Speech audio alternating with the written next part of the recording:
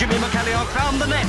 Goal for Wednesday. A terrific goal by Sheridan.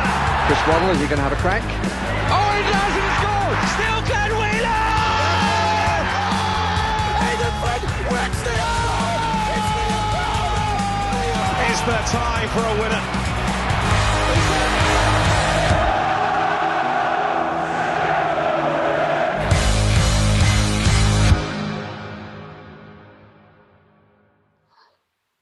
Hello and welcome to Wednesday Tie-Dye Podcast. I'm James Mappin. This is the debate show, the show where we give you the chance to come up and speak on Sheffield Wednesday. We're going to be live for around 90 minutes until 9:30 this evening, so do make sure you join us for the entirety of the show. If you can't or want to listen back to the show at your leisure, then you can do so by becoming a Patreon member. Head over to patreon.com/WTID pod and you can sign up over there. We do have a free 7-day trial for everyone to give it a try.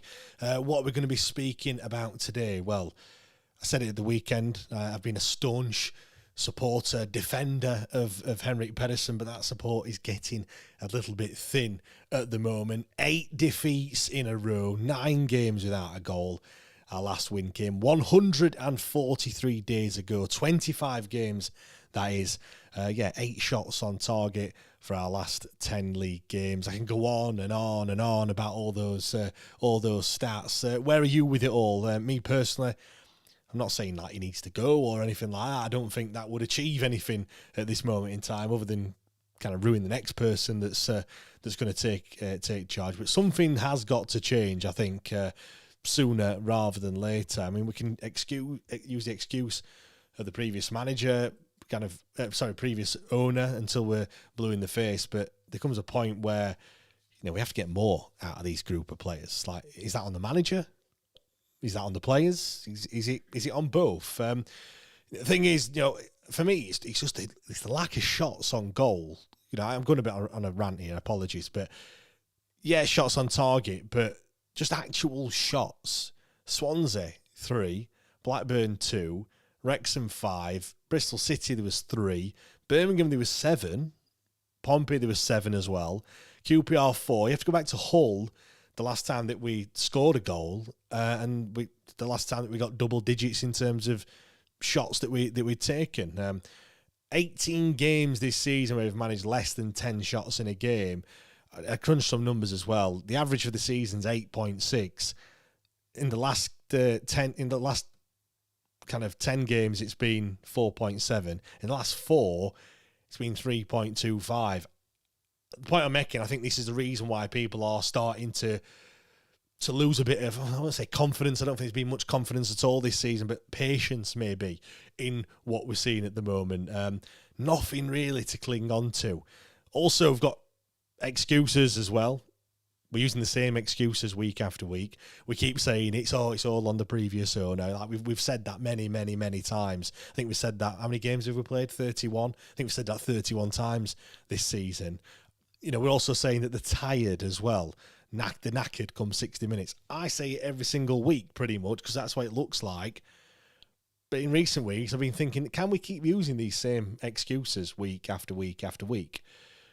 We don't have any player that's played all 31 games this season in the squad. I know it's only a small squad, but no one has played every single game.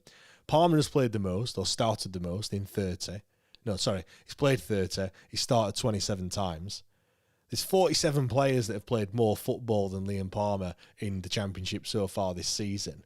Of the players that are fit and available, we've got Ingleson with 28 starts, Palmer 27, and then we've got Jamal Lowe with 24. We've got 3 players that have started more than 20 games. Next is Gabe Ottobeo with 15. 31 games this season is 2,790 minutes. Gabe has played 1,382. That's half of the minutes available this season. Can we still use tiredness as an excuse? Pre-season, that was back in July, August. That we're now in February. We're well on now. Look, I'm not a sports scientist. I'm not going to pretend that I am. Maybe people on here know more than me. Maybe people listening thinking, Mapping, you're talking a load of bollocks. But come up and let me know. I'm just saying, can we keep using these same excuses? Should we be better than what we are now? Like, should we be should we be able to muster up more than 2-3 shots, one shot on target or whatever it has been, come up and have your say. We've also had updates in the recent, past 24 hours, one from the independent football regulator. All right, not much of an update, didn't really say a great deal other than, we're still here, but we can't really do much about it until May, I think they said. We've also had the Trust that have come out and published recent minutes of the meeting with the EFL that the administrators were also there. Club seemingly losing £1 million or close to £1 million a month at the moment. I know that was posted yesterday. A lot of people thought it was a load of rubbish. And then the meeting minutes come out and kind of confirmed that, and the administrators have confirmed that as well. Citing the fact that season tickets, the fact that they're not on sale is probably, a reason why that figure is so large, saying that, that should take into consideration maybe £500,000 a month. But yeah, we've also still waiting on the new owners to be cleared by the EFL. Yeah, we can talk about that a lot more as well. We can even talk about the Swansea game. We've got Millwall coming up this weekend. Please do come up and have your say. If you're watching on YouTube, please make sure that you subscribe to the channel. Myself and Matt work tirelessly on the podcast to bring you this sort of content on a regular basis every single week, every Sunday, every Wednesday. Even had that bonus episode for you yesterday as well with George. So if you've not watched that, please do. Please do subscribe to the channel. It's the least that you can do. If you want to go one step further and support us, then Patreon, as I've already mentioned, patreon.com/WTID pod. Now, it's not just going to be me this evening, also going to be joined by Ollie as well. You may have heard Ollie if you listen to this show for the past couple of weeks, and you're going to hear a lot more of Ollie this evening as well. Ollie, are you there? How's things, mate? You all good? Yeah, I'm really good, mate. I completely agree with what you said. Can we keep blaming tiredness? My big question now is, what are they actually doing in training? Yeah. It is a question, isn't it, Ollie? Like, you do have to think about it sometimes. There's going to be a lot of people, Ollie, that are saying, like, oh, we know why we're in this situation and all that other stuff. But I don't know. I'm just throwing it out there. Do we have to kind of look at something else? Do we have to kind of just, because there's still a lot of football left. There's still 15 games to play this season, isn't there? Really? I know. I'm honest to God. I mean, I was looking at the Swansea thing. So our expected goals from open play and set play were 0.06 on Sunday, and then our expected assists was 0.25. So are they now counting us helping Swansea score by the defence just, opening up? Otabayo, I don't think anyone's seen him since that fourth goal went in. I mean, he got folded up like a deck chair and probably put on the seafront. It was terrible. And then I think we did like 30 clearances in total that whole game. Yeah. So what is the tactics? What are Henrik and his team of coaches? Who are the coaches? The only one I know we've hired is Flahaven, and we had him before.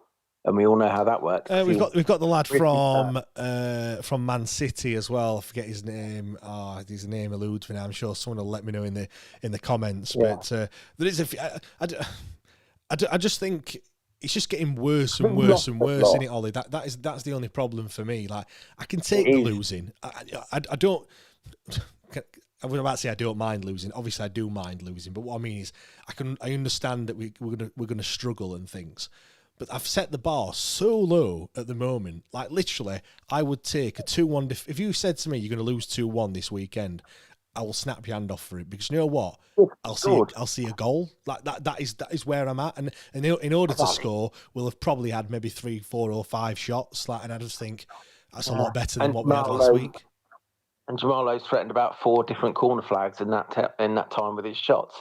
That's the thing, isn't it? I mean, that shot from him on Sunday, and then he had the audacity to go like, "Oh, that was close." I mean, close to what? Taking out a pigeon. And then my daughter has very kindly, because she plays EA FC, so this will make you feel depressed. Our original stats at the beginning of the season was an attack of 63. Midfield of 68 and defensive midfield. Defense was 68, and we had 2 stars. After January's transfer window, we've got up to 2.5 stars. Really? With an attack of 67, but midfield and defense have dropped down to 65. How have we gone up half a star? Well, we signed a few players, didn't we? We've signed, we've signed a few. Yeah. We've signed Teo. We've signed Ndala as well. He looks quite handy. But I did laugh.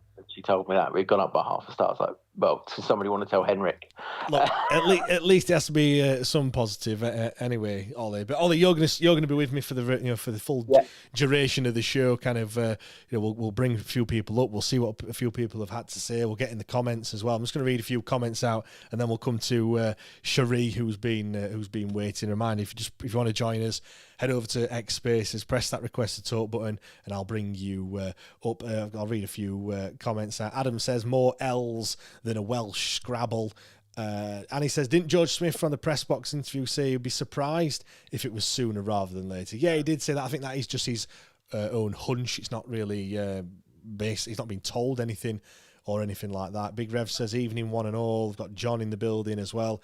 Rev says that Mappin's raided Matt's wardrobe. Yes, for those that can't see, I'm wearing all black.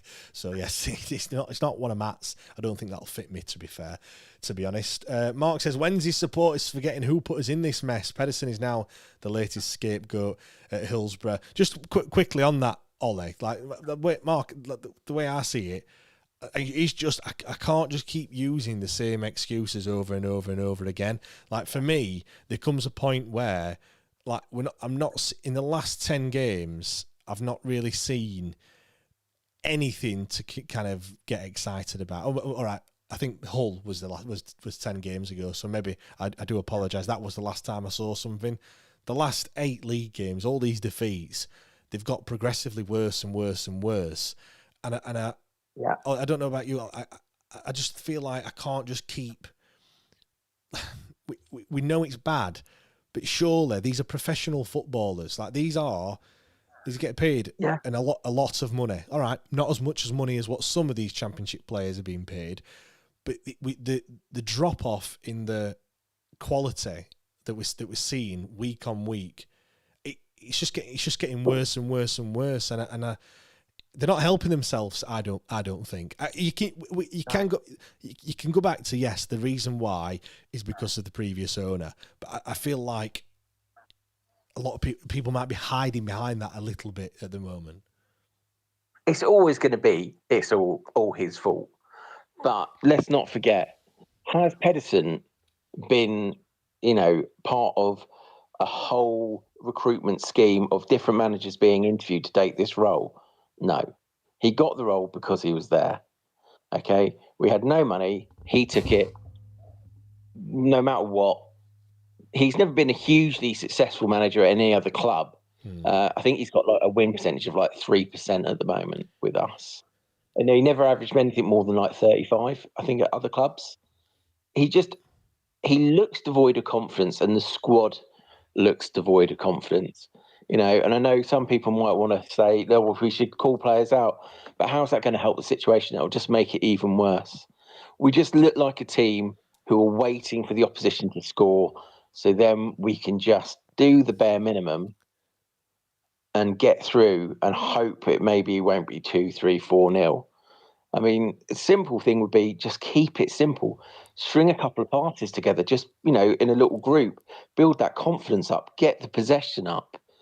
Keep it away from them and stifle their attacking confidence when they score. I just want something positive to talk about, though.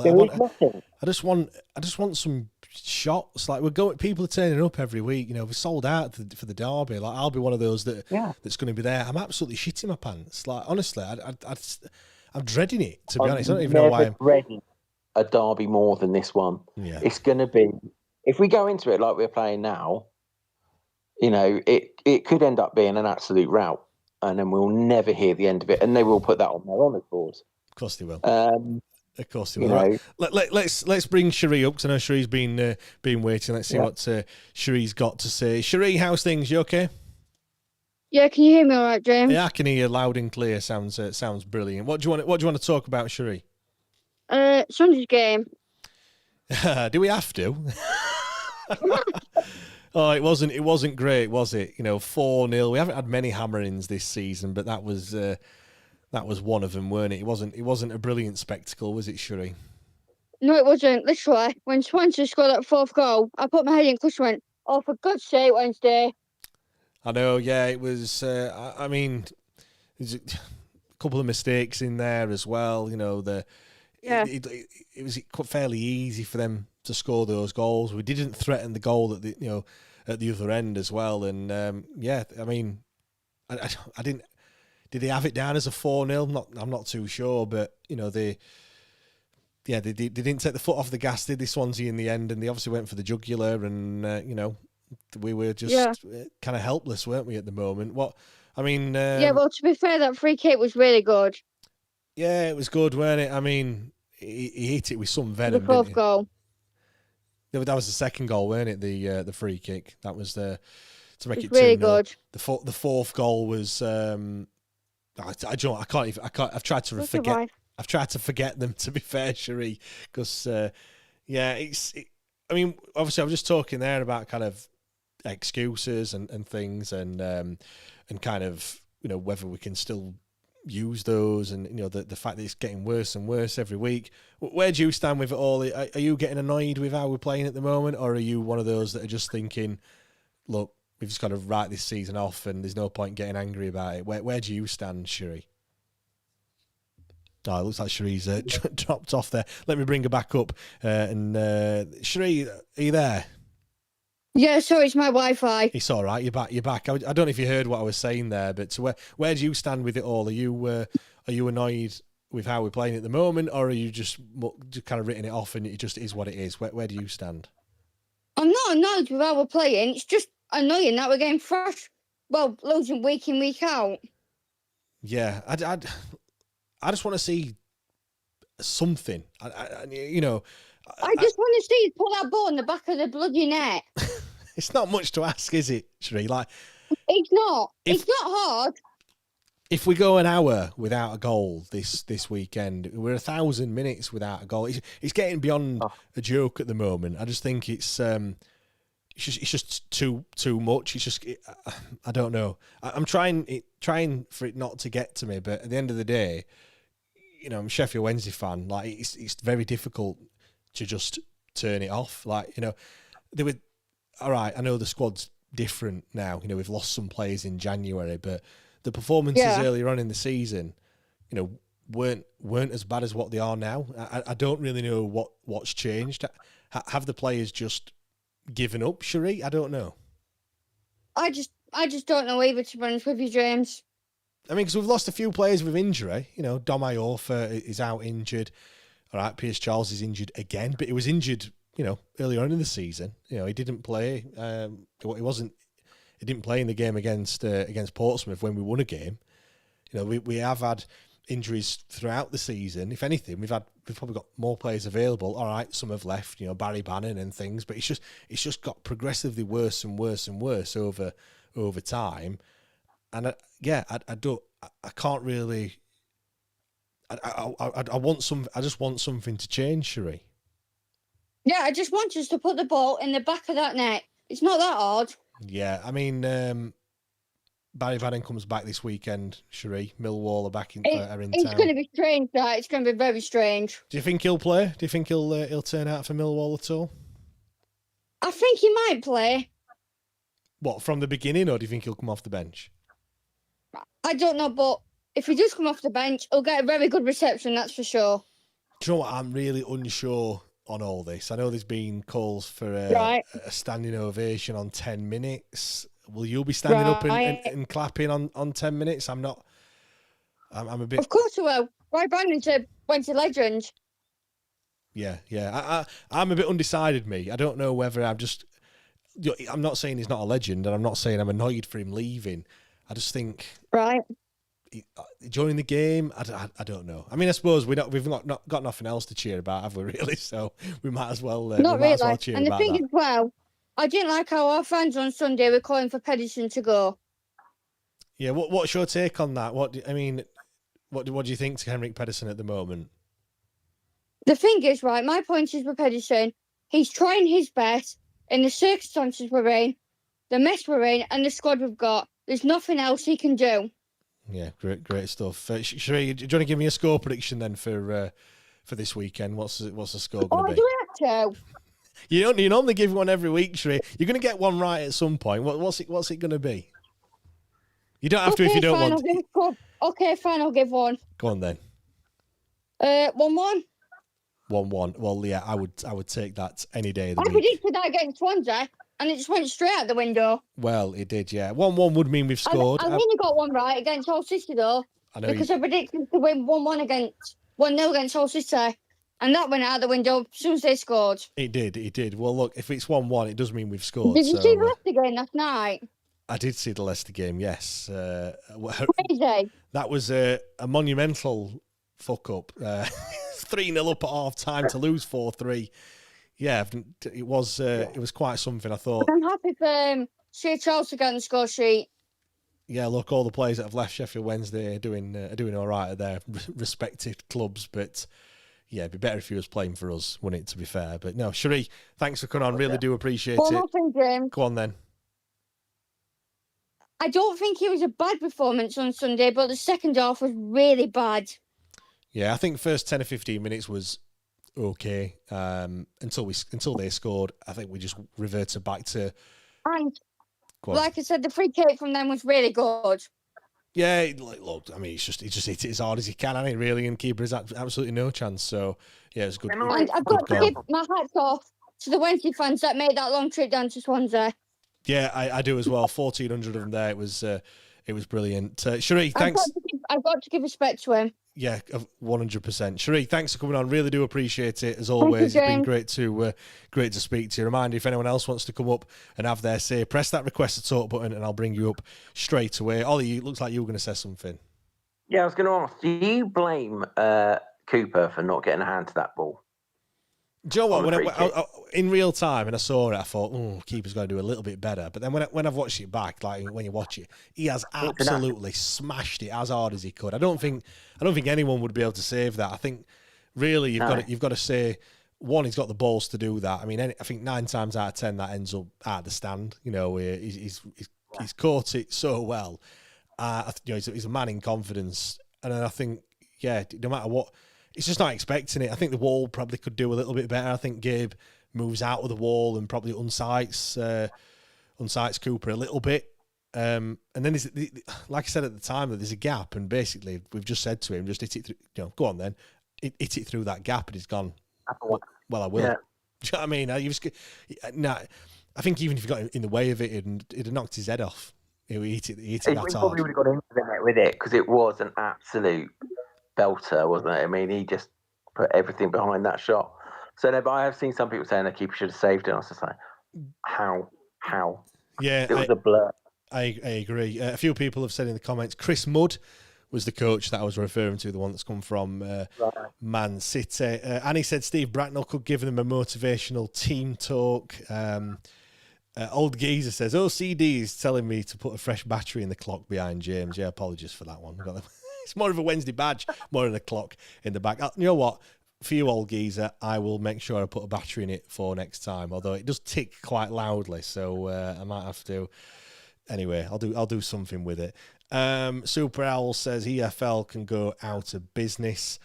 Dan says not the situation I want to see. Is Barry in his possible last game playing for an opposing team? Breaks my heart. Just hope we can sing his song a few more times. Aurelius says, sorry, James, but the same excuse just happens to be the facts. Yeah, they are facts, but I don't know which one you mean in terms of the fact that they're tired. But like I said, some of those players have played less than half the minutes this season. They're not playing every single week in, week out. Should they be fitter than perhaps what they should be? Dan says, what are the chances of Ugbo starting at the weekend? Well, not too sure on that one. Mark thinks that we're scapegoating as well. Steve says he got the role because he popped back to the training ground to say his goodbyes. Yeah, probably. Aurelius says the players aren't capable of that, and that isn't Pedersen's fault. That's why I said as well, is it on the players or is it on the manager? I think there's, something has to happen. I don't know. We're just kind of going through the motions at the moment, and like I said, it just feels like it's getting worse and worse. Big Rev says, I don't care about the derby, to be honest. A loss is a foregone conclusion. They're nothing special, and we lose every week. Steve says, if we concede less than 7 in the next 2 games, I'll take it. Bloody hell, that is so depressing. Like, literally, I can't believe we're saying this. Like, I can't believe that we're saying we'll take a 4-0 and a 3-0 loss in the or 2 3-0 losses in the next two Mental. games. It's absolutely mental. Ollie, we've got. Go on, Ollie. Bannon has had an effect on the squad. Do you know what? I asked that to George yesterday as well because personally, I think they've probably thought. Again, I've got nothing to base this on whatsoever, but just someone who is such a big part to Sheffield Wednesday, and some of the players. I don't know what's been said privately. I could be miles off here, but my thought, Ollie, is maybe if I was in that dressing room, I'd be thinking, well, he shouldn't be leaving. Like, if we're in this fight together, he shouldn't be leaving right now. He is Mr. Sheffield Wednesday. Everyone absolutely loves him. Nobody's saying a bad word about him. And he feels it's time to leave. And I think that might just subconsciously make people think, well, what's the point? I don't know. I could be miles off it there. I don't know what you think, Ollie.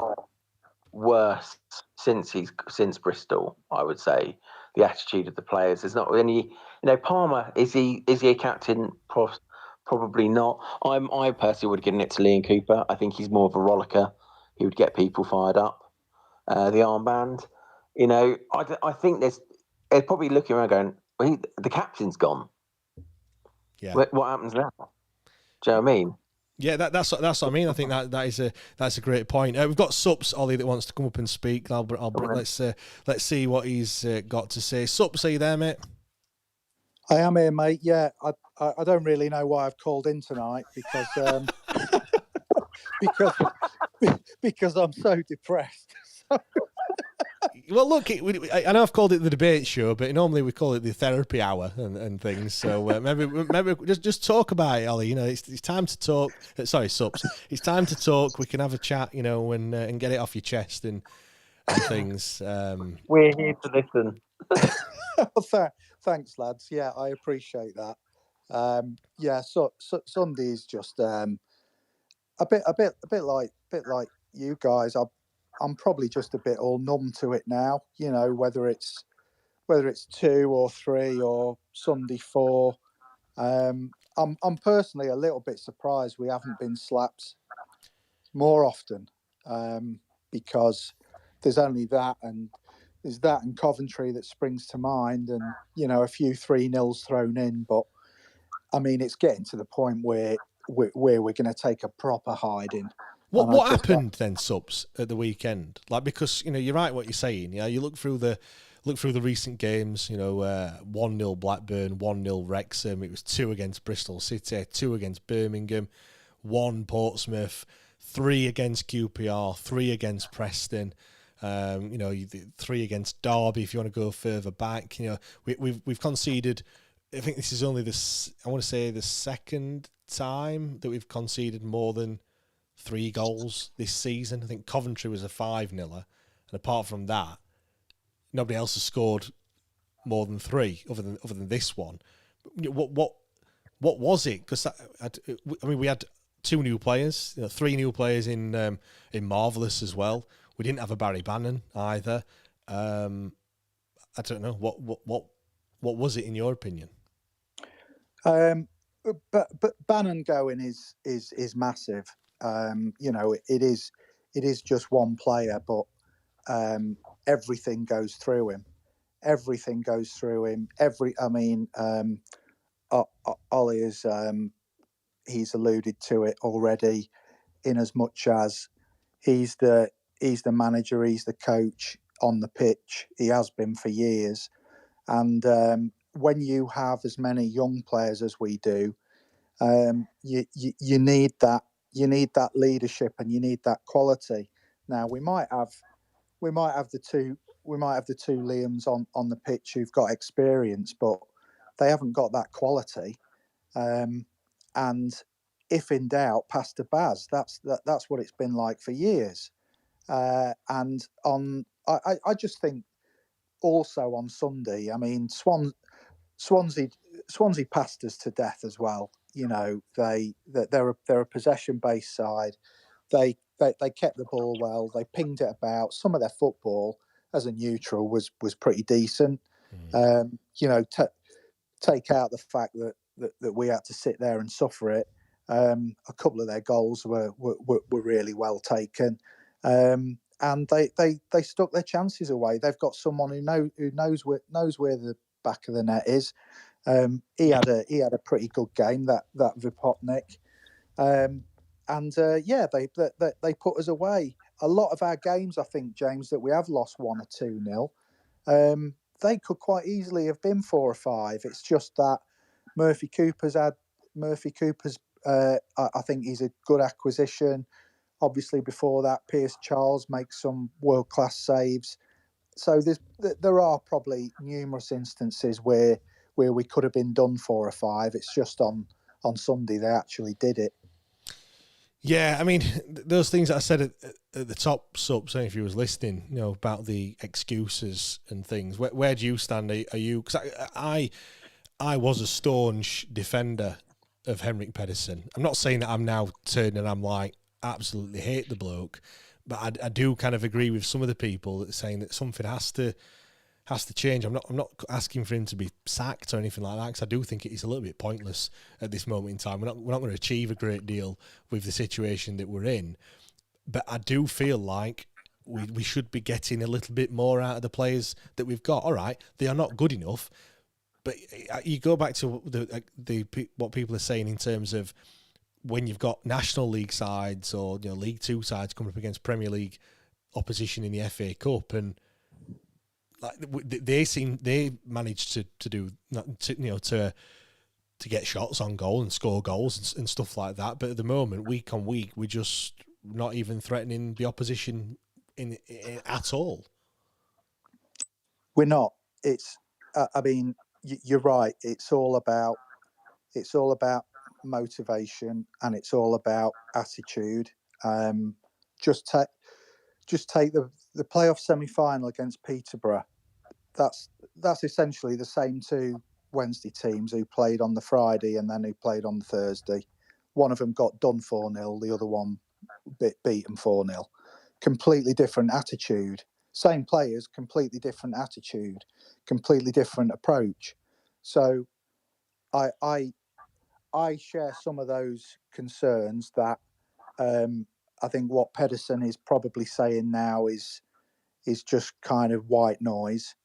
You get to that point as a manager or a coach where it doesn't matter what you say. I mean, it happened to Arsene Wenger. It doesn't matter how many trophies he had in his cabinet. At the end of the day, the players are checked out and they're not listening anymore, or they're not motivated anymore. I mean, do you think it's a psychological thing as well, Subs, at this moment in time? I think it's psychological. I think it's motivational. I think there's some self-preservation coming into it. I mean, we saw that with Jan Valery, where he was kind of strolling through his last match. Clearly didn't fancy going in for 50-50s. Why would he if he had a move on the cards? I think there's quite a few players who are in self-preservation because at the end of the day, we're on -7 points. We're relegated. No one wants a broken leg. I'm not saying every tackle you make is going to result in that, but if you're going into clatter people and you're going in 100% in a cup final or a playoff final, that's completely different from a psychological point of view as to doing it on a Tuesday night in Blackburn when we're getting beat. So Ollie, I'm just going to bring this. I'm just going to bring this question up because it's a question that I think we can talk about. Aurelius says it's all about motivation. It's about attitude. No, it isn't. These players are just not good enough. They aren't just having a bad game. I suppose the question is, are all the players playing 100%? Are they giving their all? Are they having their best games every week? Is it a case of them just not being good enough? Do you think they can get more out of these players? Ollie, what do you think to that? I think there might be an element of a lack of self-belief. Because with like the Macclesfield against Palace, you saw those players. They went in and they made Palace uncomfortable, and they fought for every ball. We don't fight for every ball. I mean, no, we're not going to be Brazil, but if we got stuck into the opposition and we kind of put them off their stride a bit and made ourselves ugly to beat, I think that might build a bit of self-belief within We've the got to be a players that bit they can nasty. go out and Is that do what you're it. saying? We've got to be a bit Yeah, more. we've got a bit more nastier and get ourselves stuck in. And I don't see any of that whatsoever. We're just very easy to read. They let us run around 60 minutes. We're knackered, and then most teams just pick us apart after an hour. There's an also other element, Subs, is some of these players will be playing for a contract next season, whether that's at Sheffield Wednesday or whether that's somewhere else. Like there's also that element to look at, and I don't see that either. I don't know.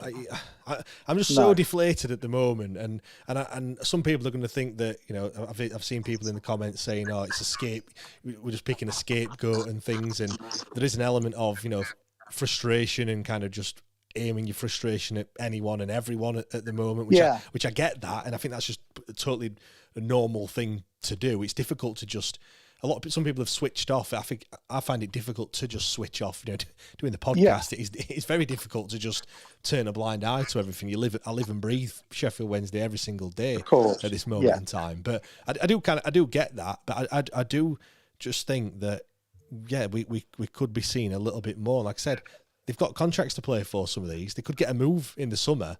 Nobody's really going to look at these players that are playing at the moment and thinking, well, I might take a punt on him. We were saying this weekend on Extra Time about which players we'd actually keep next season just for League One at Sheffield Wednesday, and there weren't many on that list. There's not many, and I think I suppose it's the same with anything in life. At some point, you have to have a bit of hope, and you have to have a bit of luck, I guess. I mean, I think back to we haven't had many highlights, have we? But I think back to, Birmingham away. God, we were unlucky. Millwall away, we were unlucky. At home against Preston, 2-1 up, should have been 3-1 up, unlucky. And this is what I mean, Subs. At that time, I wasn't too. I could get behind the excuse if it is just that they're not good enough. They've just not got quite that quality. Now, the 8 straight defeats. There's not even any draws in there. There's not even any goals in there. Do you know what I mean? All the goals have dried up, but we're still conceding. So now we're just losing every game every week. That's the thing that's got to me, I feel. Well, yeah, and me too. Watching it, you do get a sense of getting a little bit immune to it, because it's almost a defeat before we kick off. But I wonder. I was trying to think if loads of clubs in the sort of modern football history, you'd say since the money came in, Premier League, sort of 90s onwards, has any club ever been as decimated badly as this? I don't think they have. No. We have, if you think about the players who've left and the players who are injured, it's almost 2 decent starting 11s worth. Almost a full squad of 20 odd players who've either gone or who are injured. And the damage done by, he who should not be named. I was close there, but I didn't say. That damage that he did, it wasn't always visible, and now the administrators, they're trying to reverse the damage. That's going to be a long process. We need as fans something to hold on to, but we can't get it from the administrators. We can't get it from the preferred bidders, because it's all cloak and dagger. So the only thing we can hold on to is, well, there must be something to cheer us up on the pitch, and on the pitch there isn't, because we've got kids and we've got loans, and I even thought the other day, in a situation like this, where your back's against the wall, what you really need is you need to load up with experienced players who are gonna shithouse teams for 90 minutes, make it hard, make it tough, make it dirty, and hit them on the break. Now, we haven't got any experienced players. So if we haven't got any experienced players, we are not going to be able to shithouse or, dark arts any teams, because we've got a load of kids and a load of under 21s who are learning the game, who don't know how to manage games, who don't know how to handle themselves in those situations. They look around for people who are doing that, and it's Liam Palmer and Liam Cooper and Jamal Lowe, if they can find him, and they're looking for somebody to show them the way, and there's nobody there. There's just another kid their same age there trying to make something happen, trying to pull a rabbit out of a hat like those lads did on Sunday. So there is mitigation there as well, but yeah, I do think he's sort of out of ideas at this stage. I really don't know what the solution is, because we're all scratching our heads. Even when we're watching it in the game, we know that we want something to happen. We want to attack, but we can't even get out our own half. What needs to change then, Subs? I'll come to you, Ollie, on that as well. Like, what do you think needs to change from a playing perspective? Because there's people that'll be saying, "What can you do?" Like, which I do kind of disagree. I don't think there is nothing that we can do. I don't think we are like kind of at the. We've used all up the different things that we can do. I think there is still things that can be done. I think that's probably just a really defeatist attitude to say, well, whatever. Like, I think that's probably how we're going into these games. Just, I know as a fan we're expecting to be beaten. That's because it just happens week in, week out. But from a playing perspective, like I said, there's nothing. We're getting worse. Like, we're getting worse week on week, and I feel like with the. I get if we have 15 shots but we don't score, like, I think, well, at least they're trying, at least we're getting into those opportunities, and then I'll think, well, that is down to the quality of the player, but we're not even getting to those opportunities, if you know what I mean, Subs. Well, leaving the sort of more advanced tactical stuff on the side, I think there are two or three things that he can say or that we can do without too much. He can implement them straight away. He can try to, and that is, you got to win your personal duels, right? You got to win your personal battles. You're up against so and so today. You've got to win those battles.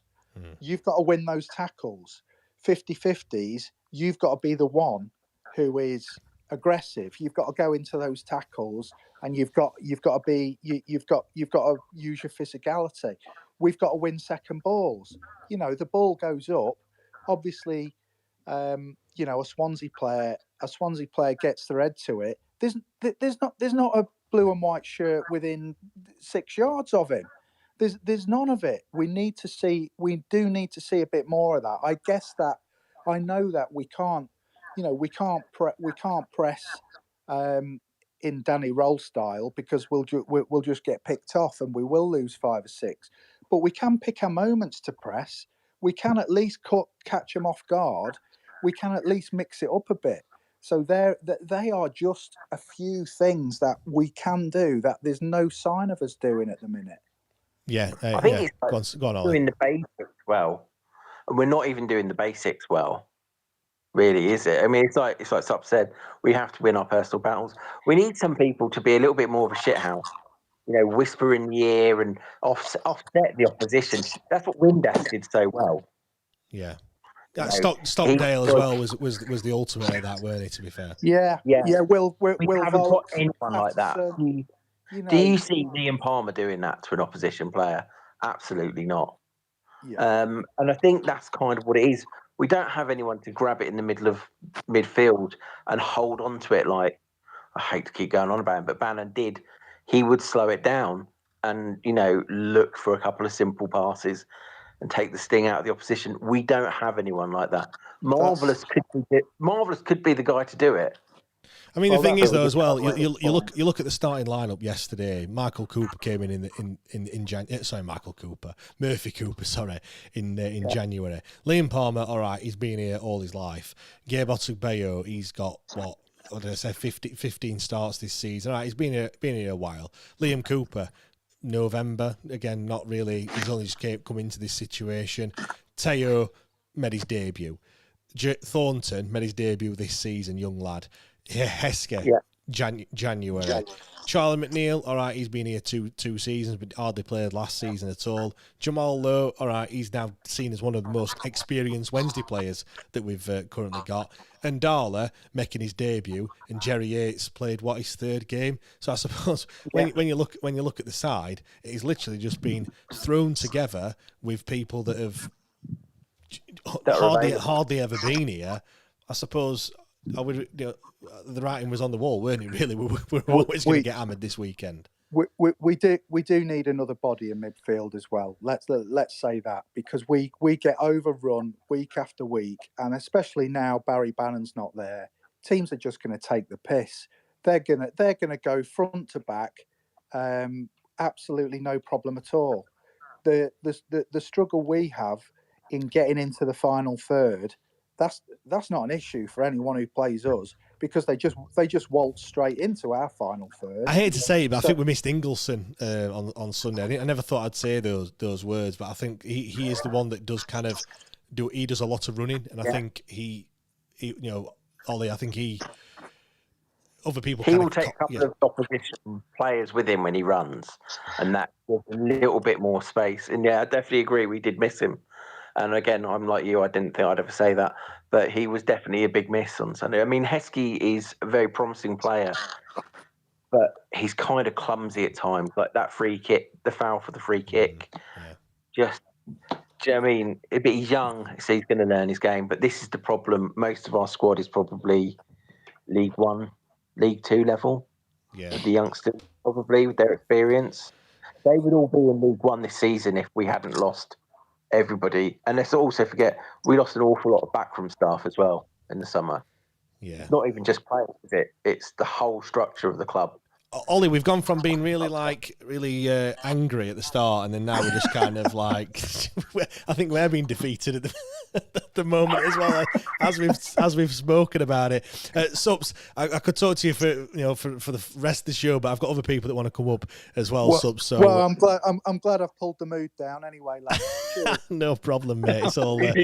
It's all good. Let's come to Peter next, who's been waiting patiently. Actually, before I do Peter, let me just come to some comments. A lot of people not agreeing with the FA Cup comment. Aurelius says Macclesfield versus Palace was a one-off game with a hyped-up crowd and a TV audience. If they had to do it week in, week out, our position, they couldn't. Brett says can't compare an FA Cup giant killing to our season. One-off games throw up these results and performances. Doing that over 46 games when you are lower quality is impossible. Liam says we've got the least number of yellow cards in the league for a reason. We're too nice. I looked at that actually. I also looked at the amount of fouls that we've committed as well this season, and we're not. I thought we'd be bottom of that one as well, but we're not. We're about six or seventh in the league. But I think a lot of the fouls that we commit are those needless fouls. Just like for example the Jaden Heskey one. To be honest. Jay says the worst performance on match day is the home supporters. God, we're poor at singing and getting behind the team. Aurelius, again, is very, very vocal this evening. What can be done? How can you change to improve it? We're getting worse because the squad's getting worse. Steve says, would Steve Bruce get a tune out of the lads? He's put his tin hat on, he says as well. Steve BDI Smith says Pato was a genius at Shithouser. Brett says, I'm guessing he can't be sacked because of Compo due. Can they not make his position redundant in a cost-cutting move? Not sure how we'd go about replacing him, though. Megson or Bully to volunteer. with a laughing emoji as well. Get Doris in. Just get, yeah, I agree. Anthony says it's all just speculation and conjecture about what Pedersen is saying. How do we know that he's not saying the right things? We don't. We do know we have no quality. Not an excuse, but the reason. I mean, you're right, Anthony. We have no idea what he's saying to the players. However, just by seeing how he is and how he conducts himself and how he is on the touchline and things, and all the, I know people use that line, I'm proud of the players. I don't think he's used it for quite some time, to be honest. If you listen back, I stand to be corrected on that. But the way that he is, he's a very positive person and things. You are right. It could give him a bollocking in the dressing room and things. I just don't see it. I think we're right to say that. So let's bring Peter up then. Peter, how's things, mate? You all right? Yeah, I'm all good, James. You? Yeah, I'm fine. Thank you very much. Like I said, I started off on a bit of a rant, and then I've just kind of maybe just come to the conclusion that maybe they're just not good enough in the end. But where do you stand on the whole situation? I mean, we haven't spoken about the the meeting minutes with the trust and things like that. We're losing £1 million or close to £1 million a month at the moment, which is quite staggering, really, when you think about it. But yeah, Peter, we can talk about anything, mate. I was having a look this afternoon. I went on Marketplace and had a look, and I looked at the squad, and I went back quite a way. But in particular, I looked at last season's squad, 24-25 squad.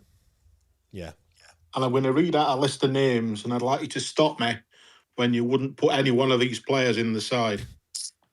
And I'm going to go Bambo Diaby, Akin Famewo, Michael Ehekwe, Rio Hatsuse.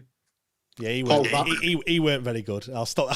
Well, I'll stop you there. But was he not better? Was he as bad as the left back we've got now? And I'm not pulling Reece Johnson down at the minute, but in that position, I think Reece Johnson, it's far too early for him. But the point I'm reading these names out, and I'll carry on. Paul Valentin, Stuart Armstrong.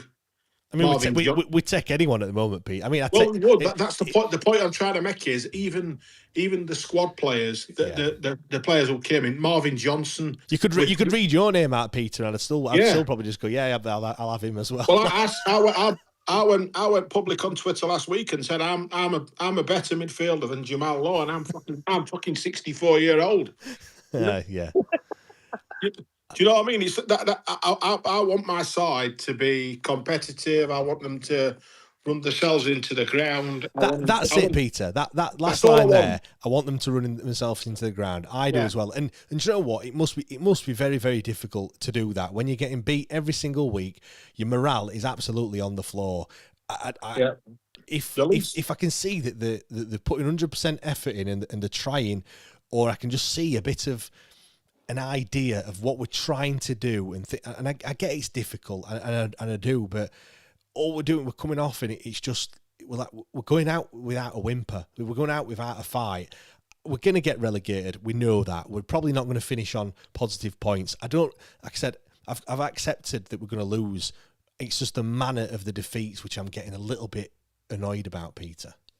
Yeah, me too. I've said it for the last 4, 5, 6 weeks now, probably longer now. It's just, let's just try something different. And people will be listening to this tonight and saying, well, he's tried everything. Well, he hasn't. He hasn't tried everything. He hasn't tried this. I want him to get I go back to the one game that we've won all season against Portsmouth. I remember George Brown chasing down one of their, I think it was the kid who were playing right back, who was is the ugly kid with the beard, and he chased him, and the defender had kicked the ball away, and George Brown was late, but he caught his ankle. But that's the kind of thing we want. And you mentioned it a couple of minutes ago. Now that we've taken Bannon out, that was our sort of one missile that we had.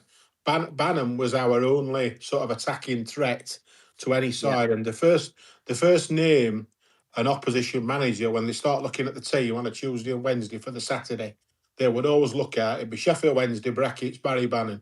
Stop Bannon, you start Wednesday, you beat him. Simple as that. Now we've not even got him in our squad.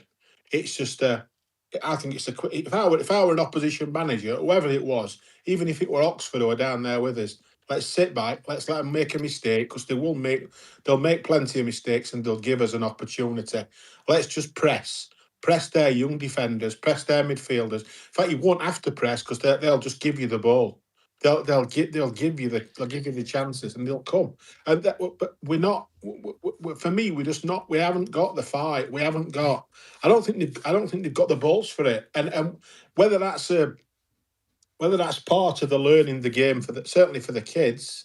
That wasn't a criticism of Reece Johnson, by the way, or a criticism of any of the kids, because I think the kids are learning the trade, and it's the wrong area. But it's the other players who I see as if you want to call them, the senior players in the squad, who for me have not earned their corn this year. Jamal Lowe's an obvious one. Extremely, I'm amazed at what's happened to Charlie McNeil since the Preston game. How poorly his form has just absolutely nosedived. Our only attacking threat is Fanti Ingleson's long throw, and we've not scored from one of them all season. Yeah, I mean, Ollie, like, we're being critical and stuff, but not the first 15, 20 minutes until we conceded the goal against Swansea. Like, I thought we played okay. Like, we weren't too bad. Play like that, we conceded a goal and the head just went down, didn't they? And even Henrik kind of alluded to that as well. That is literally it. As soon as they scored, it was just like, oh well, here we go. Business as usual. What's the point? I mean, we do need to commend Henrik, because he changed the formation on Sunday. Do you know what? I've got a funny feeling he's going to go back to a 3 at the weekend, and it's just going to be like, he's damned if he does, and he's damned if he doesn't, isn't he, really? How is he going to get Teo and Ndala into this team if he goes back to a 3? I mean, I personally would have a 4 at the back, 5 in midfield, because he's going to put Yates out on his own to run around and be a nuisance up front. Well, I think you've just got to drop Jamal Lowe, like, you just, because I think he's probably the person that was preventing both Teo and Ndala. I play Ndala instead of Jamal Lowe. To be honest, I would try something like that. You know, he's, you know, if I'm just looking at the formation that he said that we played against Blackburn, a back 3, 4 across the middle. Then you've got Lowe and McNeil behind Jerry Yates up top, and I'd probably, you know, do something similar, and Ndala instead of Lowe, and get Teo bombing up and down on that left hand side. He's quick enough to do that. And do something like that. And Ndala would be more central. I think he was drifting central anyway. He wasn't really hugging the touchline at all against Swansea, so he probably wants to play more in the middle. And yeah, I'd try something different. I think Jamal Lowe's played a lot of football. He's not really been effective, and I think maybe, you know, a time out of the squad might do him a little bit of good. I don't know, Peter. Would you keep Jamal Lowe for next season in League One? Absolutely not. No, definitely not. I'd get rid of him as fast as I could. I wouldn't.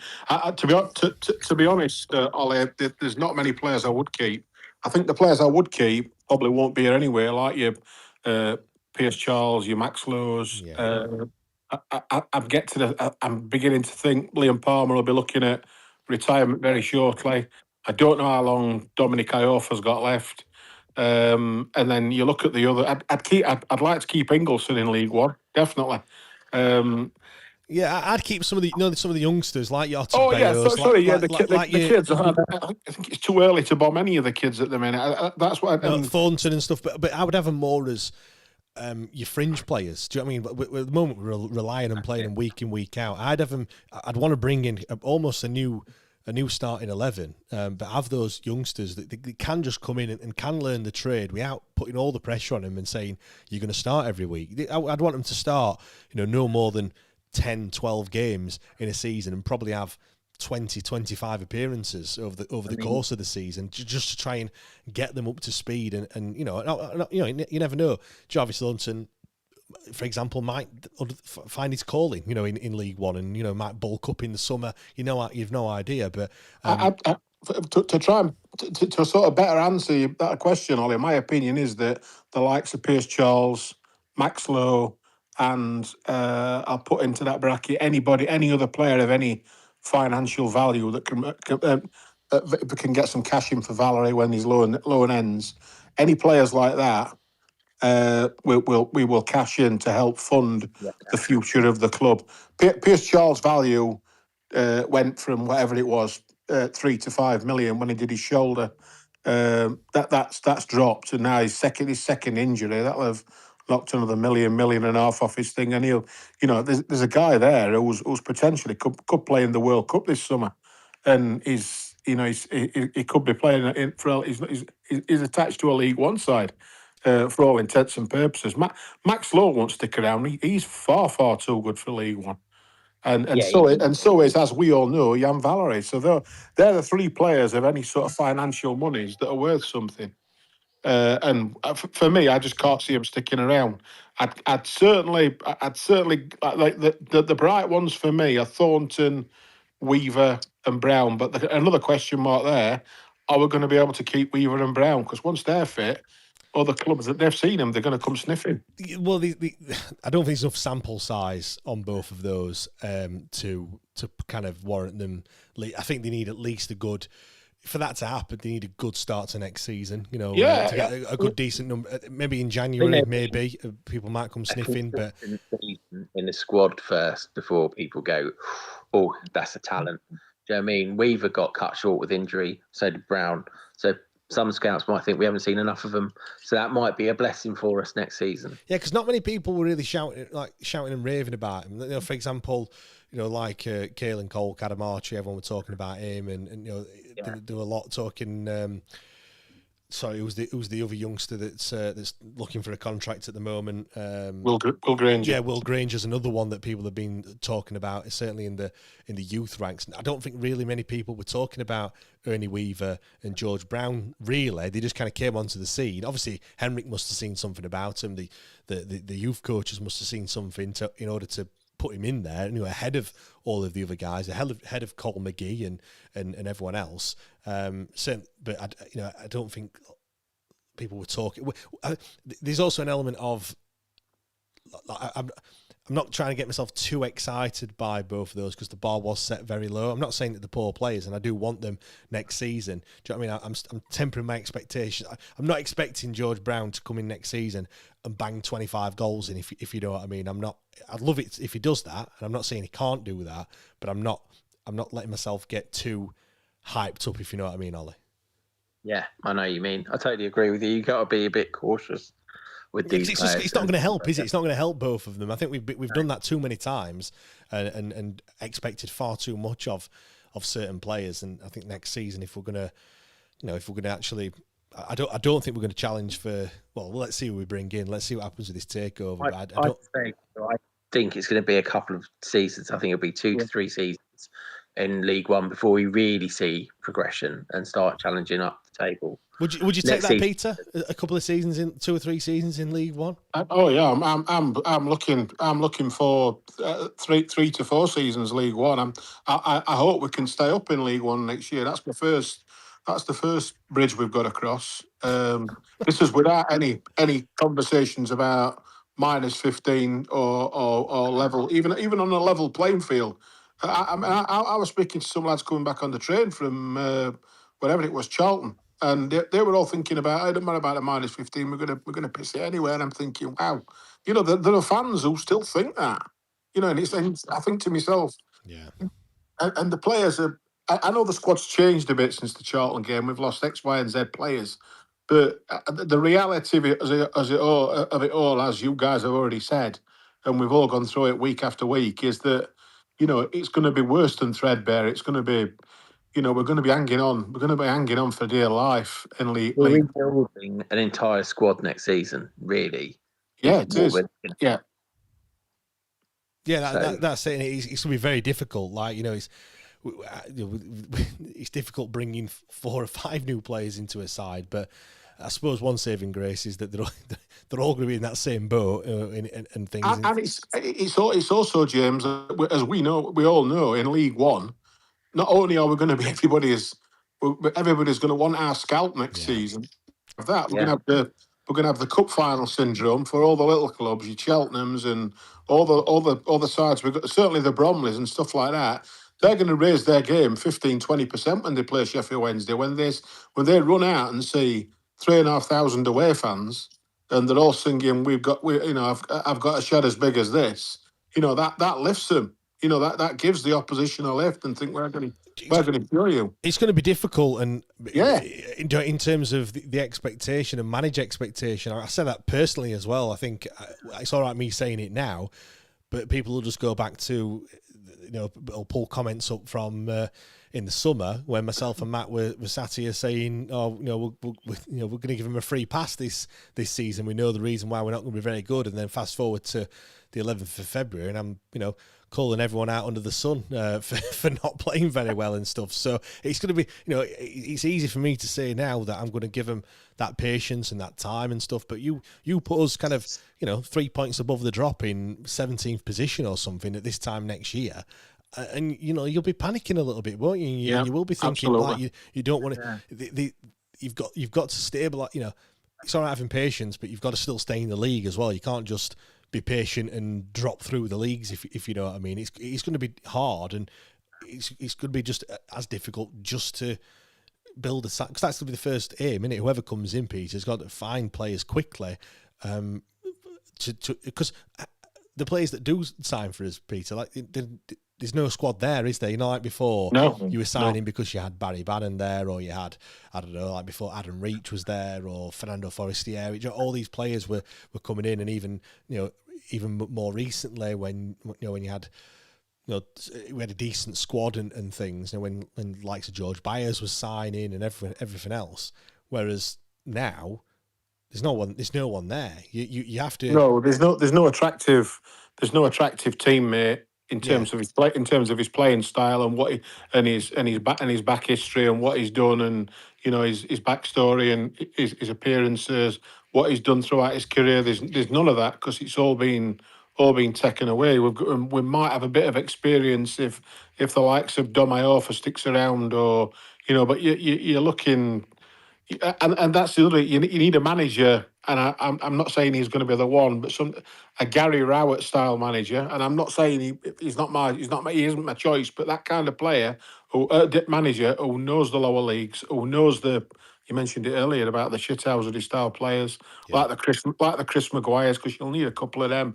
You need a tough battling midfielder, a couple of dirty centre halves, and most important of all, you want somebody up top who's gonna toe poke your goals in, who's gonna rile the other fans up as well. Because we went all over the country in League One, and everybody hated Bannon, like they hate Bannon in the Championship. And I know we keep going back to him, but, you know, it's just it's difficult to get over. And I don't want to sound like a pathetic old man, but that's what I am. Because, you know, it's one of them transfers, or one of those people going out of the club that will be very, very difficult to get over. It's you know, it's not just him. It's everything else that's gone around it, as we know. You know, who would ever thought we'd bemoan the loss of Callum Patterson like we are doing? Well, I know he's tearing it up, isn't he, at the moment in Premier League 2. It'd be a dream signing for next season. Do you know who else would be a good signing? Ashley Fletcher as well. He'd be all right, wouldn't he? I'd take George Byers back in a heartbeat. Well, get the band back together, Peter. Get them all back. Is Malik Wilkes playing these days? He's in Turkey, isn't he? I don't know if he's not had quite the glow up as Anthony Masaba has by going out over there. That's for sure. Peter, do stick around, mate. And I've got Sam that wants to speak. I'm just going to come to some more comments. Bob says fans need to get realistic. We need to just stay up in League One and make sure we rebuild. Yeah, 100% agree on that one. Like I said, it's easier said than done. I mean, Ollie, are you on board with that, or do you think it's going to be difficult? It's all about solidifying ourselves in League One next season. You know, making sure we don't do a Portsmouth and drop all the way down to League Two and go from there, because that's what happened to them after they won the FA Cup. We don't want to keep doing that and drop down the leagues. We want to stay in League One, build a foundation, and then we can go from there and start attracting slightly better players. But this is why I want to. This is why I want to see something a little bit like now. Like, I know Henrik probably won't be here next season. If the takeover goes through, I can't really see him staying, if I'm being perfectly honest. So he might be moved to a different position. Yeah, potentially, but more, it's highly likely he'll just probably be sacked and then that's it, which is a shame, because I think he is valuable in other areas, but it's just I'm not being harsh on him. That's just what normally happens when new owners come in and things like that, especially if it's going to be the end of the season and you're going down a league as well. Kind of start all again. But I suppose there's an element of what you're trying to build. No, I'm asking for to see something between now and the end of the season. So I suppose some people would just say, well, what's the point? Like, if it's all going to change next season anyway, you're not really, if the manager's not going to be here and the players aren't going to be here, then you're not really building anything, to be honest. But you also, everyone's putting themselves in the shop window because they might not be at Wednesday, but they've got to find another club, and so they're going to be watched and they're going to be reviewed, and they've got to sell themselves. Yeah, definitely. Really? Yeah, Gavin said, come on, we're all Wednesday, aren't we? We all know we were down before a ball was kicked. Let's look forward to next season when the young lads have had some first-team experience right now. Liam says it'll take a proper business plan to get us back on 2 feet. And Dan says if the new owners are not doing their due diligence already, earmarking players and managers for next year. Big Revs has said, "Where's ranting Paul Pashley tonight?" He puts a smile on my face. He's not here, but we have got Sam that wants to speak as well. So I'll bring Sam up. Sam, are you there? Do you want to unmute yourself, Sam? There we go. Yeah, I'm here. How's it going, Sam? You okay?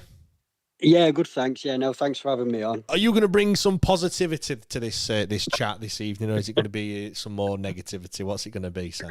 Well, to be honest, I think I listen regularly, and I've come on with, I think you've actually talked about it quite a lot with the Pedersen situation and how we've been doing and things, and it's been to me, it's been a lot more of a rational conversation this time actually, with all the talking about all the mitigating circumstances around it, because I am firmly in the camp of, you can't really judge Pedersen that much in a negative way. I think it's a bit harsh. I get you can't judge him, Sam, but do you think he could do a little bit more, or do you think we just at that he can't do any more? I think the thing is, I think he's working with just a treadmill of players, and it has just continuously changed. I would be surprised if we played the same first 11 one game to the next. We've used 37 players in the league this season so far. While you're talking, I will see how that checks out against other teams as well, by the way. Yeah. So, and I think that, obviously we all know the caliber of the players that we've had. We've talked about like Jamal Lowe, even Ingleson to an extent, who I'm quite a big fan of. But players like that who we've relied on, Dominic Iorfa, who Real wasn't picking last season. Charlie McNeil, they weren't really on the fringe. They just weren't getting a game. And they've had to be the senior players that stepped up. We lost Max Lowe, obviously Bannon and Valerie and things, and it's and even Emery came in, and then we lost him. And I just think if you are Pedersen, I think we did actually get off to not a bad start considering the circumstances. Yeah. And I think we did. We kind of all forget that. We were punching above our weight a little bit at the start, and we probably were galvanised. And there was that kind of, if you're going to say Macclesfield Palace type situation, and when we played Leicester, and and when we beat Portsmouth, and we just went into lots of games like Bolton game and things in the cup, and we went into those games, and I remember watching them thinking, yeah, we're competitive. We've got a chance here. And Sam, I'll just read you the starting 11 for that Leicester game. Charles in goal, Palmer, Max Lowe, Dom Iorfa, Gearbot Ugbeyo, Jan Valerie, Svante Ingleson, Barry Bannon, Nathaniel Shalabar, Bailey Cadamartre, and Jamal Lowe. I think Charles is injured. We've got Liam Palmer, we've got Gearbot Ugbeyo, we've got Svante Ingleson and Jamal Lowe. We've got four players from that 11 that started. 4 players left, and those players have been run into the ground. Those players have been absolutely relied on and run into the ground, and they weren't the greatest players in this at the start. Obviously, Charles and that were, but I just think it's like we did get to a position where we were, I think we had 11 points before we lost our points, and we were outside the relegation zone at one point, and we were ahead of United, and I think we all got maybe a little bit like, this could, something could happen. And I even think maybe Bannon stuck around for that reason, thinking we did that challenge with Roll and we got out of that situation, and this could be something that we get out of, even though him who cannot be named has put us in this horrible situation and things. And I think then we lost 18 points in the space of a month. Yeah. And suddenly it all started to unravel, and then players started getting long-term injuries and things, and 4 to 6 weeks for every other player who came in. And, we weren't bedding in senior players off the bench. Because of that, we were then bedding in kids who'd never even played in the Championship, never even played probably in League Two. Here's one for you then, Sam. Sorry to cut you off. I reeled off some of the players that had come in January, and I reeled off the players that played in that game against Swansea, and a lot of them were January signings and stuff. Do you think the reason why we started off the way that we did was because of all the adversities in the summer? But I suppose now players have just signed a team that's shitting at the bottom of the league. Like, do you think that's got something to do with it? Like, you put a bit of extra effort in because of all the things that have gone off, but to those that are just signing, they've just signed for a team that's not winning games. Do you see where I'm coming from? I mean, obviously, like we talked about what you want some big hard nuts and things, and that big senior players like that, but they're not going to sign for us, really, are they? They're not the ones that are coming. The ones that are coming are the ones that have been injured for 2 years, or are just really young and just hungry to get. And this is the highest stage they've played and things, and they're all they're Man City, fair enough, and players like that, but they've not played at this stage, and we are in the second most elite league in the country. And the golfing qualities, like I just go and play five-a-side, and I come up against a good team, and no matter how many times we say to each other in our little team talk before, come on, let's get up for this. We're gonna get him. Let's get some shots off and all that. If they're that good, you barely touch the ball. Yeah. And that's just seems to be what is. And then you're playing with kids.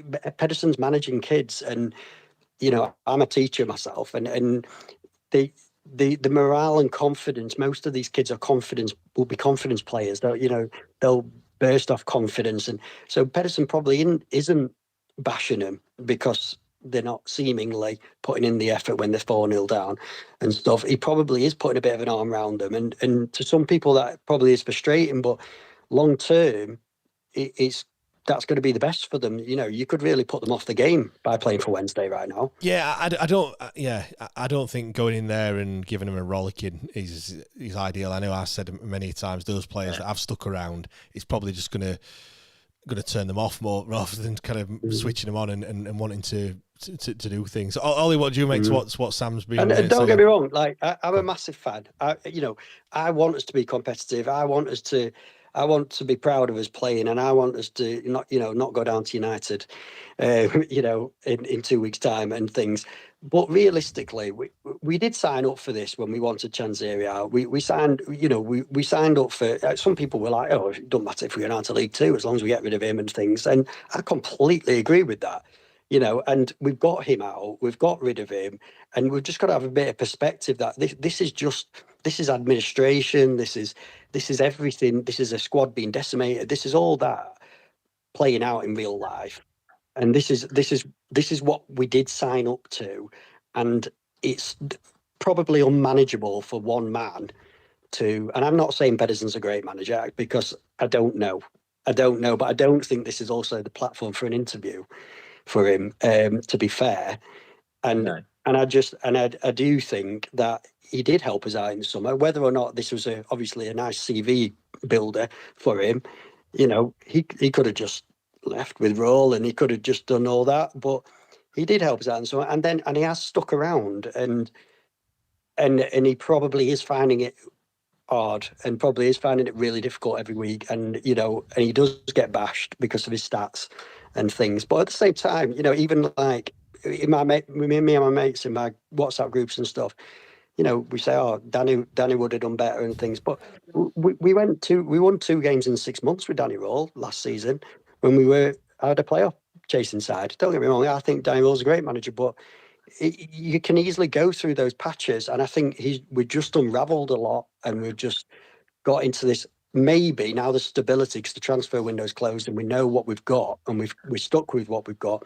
Maybe we might start to get that bit of pride back by being able to put together some plans without being ripped apart by players leaving or being ripped apart by big injuries and things. Yeah, I don't know. Yeah, Ollie, I'm going to come to you in a second and see what you think of what Sam has been saying. But Sam, you've got a lot of good. Bob says, great call, Sam. Agree 100%. Aurelius says, well said, Sam. Annie, spot on 100%. Gavin, agree with caller.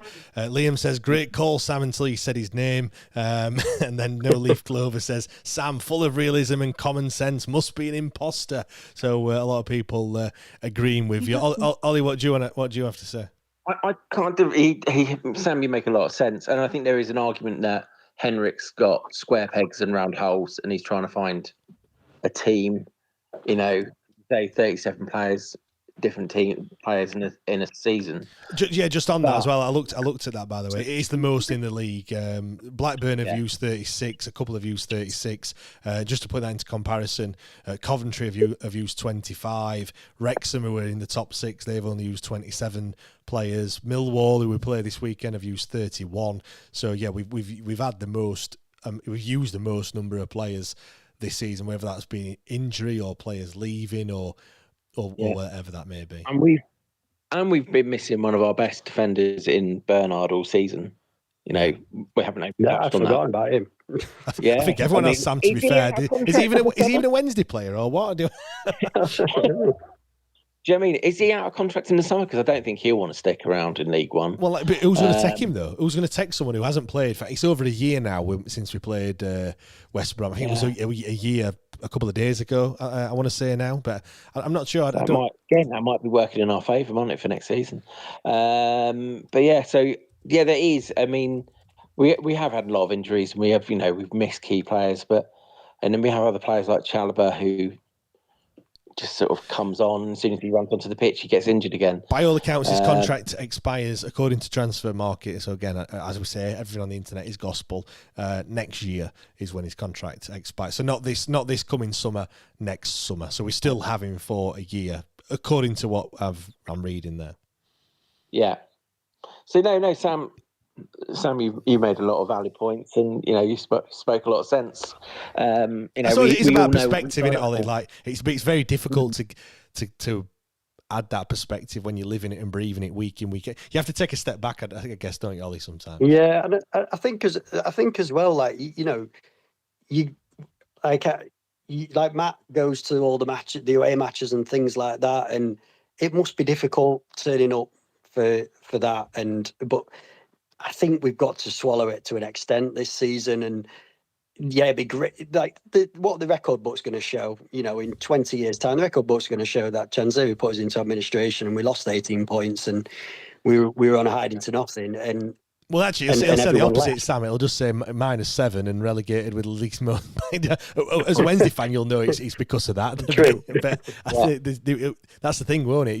You'll see people. Now when you look back in records and you go, bloody hell, how did he score that many goals in a season? And it might be because they played about 100 games or whatever it was, something ridiculous. But at the time, you don't realise, do you? You just go, he scored a lot of goals that season. And the other side to it is, we don't know what's going to happen next season. We really don't. We have all got our thoughts about James Board and all that, and how long it's taken, but like we have literally no clue what this bloke is going to be like and this consortium is going to be like. It could be that we go down and we have got money to spend, and we do end up being quite an attractive prospect for lots of people to come to because they know that they've got a good takeover going on and things.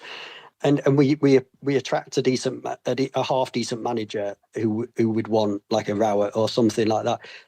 You don't know. We're just so used to having the raw end of the stick, that we just assume that's what's going to happen. Well, we've had it so shit for the last 10 years. You're right. Like, we don't know what good looks like anymore, do we? Really, we get excited about a £5 meal deal. Do you know what I mean? Like that's the level that we're at the moment. We take any sign of hope and go, yes. Yeah, you can shove your your £10 million signings up your arse at the moment. Like that's a mile away. Sam, it's been fantastic to talk to you. I really appreciate it. No problem. I'm not sure if you've come up before or not. Apologies if you already have, but yeah, it's been great to have a chat. Do keep doing. No, I hover around, but I've never spoken before on here. No. Well, you know what? It has been a pleasure to talk to you. You've got a lot of people. You've got another one saying, "Well said, Sam." Someone talking sense and talking facts as well. Let's come to Big Artie Shaw that's been waiting in the wings as well. Artie, how's it going, mate? You all right? Yeah, good, mate. Yeah. Oh, again, it's another good therapy session, mate. I think a lot of people's getting stuff off the chest. Joe, just on that as well. Like I know I had my say, all these I did say at the start, and a lot of people in the comments, certainly watching on YouTube, disagreed, and people listening here might have disagreed as well. But I think it's great just to talk about it, and actually people do have different viewpoints. And I think sometimes when you're on X or on the socials, people just start getting into slanging matches and start having pops at each other. But I just think it's good to talk about it and good to actually, like I said, get it off your chest. And we agreed with what Sam's been saying, and I think we do have to add a bit of perspective and just calm people down a little bit sometimes. Because I've been quite irate over these past couple of days with what I've been seeing week in, week out. Yeah, and to be honest, mate, on X it's easy to write something on a post with aggression and that and it's just not fair. And I think what we need is this, as we've got this forum here where we can just talk about stuff. Yeah, people's got different varying opinions, but at least the commonality between us all is we're all Wednesday fans and we all know what we need to do. We all need to support the club, but we need to support them to enable them to get out of the mire that they're in now. And I'd said, I think we all agreed beginning of the season before we even laced his boots up. This season was going to be a horrible season. There may be issues or there may be some positives, but there's going to be a lot of negatives. And to be honest, when he left, thankfully, what we're reaping now is the lag, because this is the lag of his lack of investment, his lack of direction, his lack of planning, and now we are unfortunately reaping all those negatives in this season. And I think the only thing we need to look at now is we're at the bottom, we're at the lowest ebb now. We need to now start pulling together and seeing how we can go up now. And there's only so long you can be down. We need to start turning it around. Now, this season, it's not been pretty. It's not been nice to watch. It's been pretty horrible, and the epitome of the season was on Sunday, where we had a team lacking confidence, lacking support, as in each other on the pitch, lacking form against a team who was on form. They were hungry for a game. They've got a passion, or should I say, they're looking at probably sneaking into a playoff place. So they needed to get some goals, and so it's just a chalk and cheese on Sunday, where we were thinking, oh God, what's going to happen? First 10, 15 minutes, I thought, well, we could be holding ourselves till the hour mark, and then suddenly that first goal went in, and you could see the void between a team in form and a team out of form, and a team who are desperate. They're not looking at each other for an inspiration. Our talisman's gone. He's moved on, so we haven't got that talismanic figure who we've all looked at and gone, what's Barry going to do now? So we're all at 6s and 8s this season, and I think we just need to. I know it's easy to say, and we all keep saying it. If we write the season off, but we've still got plenty of games, we've still got plenty of minutes of this season to play. But we need to just look at it and think to ourselves, right? Yes, we're not gonna achieve much here, let's just try and keep supporting the team as best as we can, because things cannot get any worse than what they are now. We all knew that it was going to get worse before it gets better, and I'm hopeful that once we can get this ratification of the consortium, we then have a plan, a direction, what an aspirations are, because we haven't got aspirations. You know, we haven't got an aspiration this season of, or our aspiration is to survive, or to, you know, we've had none of that. You know, we haven't had that plan of what are we aiming for, what are we trying to strive. You know, we had the wins, the sales knocked out, win knocked out of sales this season when we had the points deduction, but we needed a points deduction to get the chairman out, and so you know, it's like a cutting off your nose to spite your face. Unfortunately, this season, that's what we've had to do. We've had to try and get him out, and by getting him out, unfortunately, we are at the lowest ever as we are. But for next season, we need to start looking at what we can plan, how we can get some of the team or some of the youngsters who's had a torrid season of you know, a first season of being a professional footballer. This is not the situation they should have been thrown into. You know, but they should be grounded. They should now have had a season of hurt, like which we all have had. We've had a season of hurt, but they should be able to turn that negative into a positive and look at what they could build as a positive outcome next season on how we can push things forward. I'm quite you know, I'm quite a reasonable person in thinking that we're not going to be doing a Birmingham City next season. But if we can consolidate ourselves, build our squad up so that we've got an opportunity to finish mid-table next season. And as I said to you before, if we can do a couple of seasons mid-table, solid, you know, we're not going up, we're not going down, or we could potentially be hitting that playoff marker. But then after 2 seasons or so, that is where we then do the push, because we've managed to get ourselves to that position of being competitive. That's where we move it forward. I feel as if I've been talking quite a lot there, James.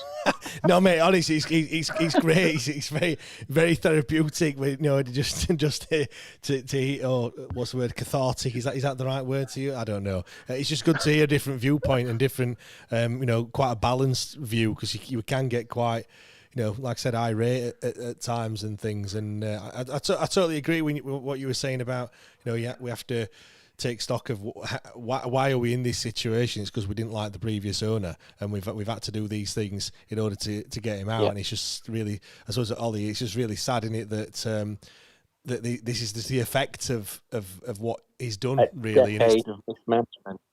Yeah, basically, this is the culmination of a decade of mismanagement, and you know, it's absolutely right. It is a cut your nose off to spite your face.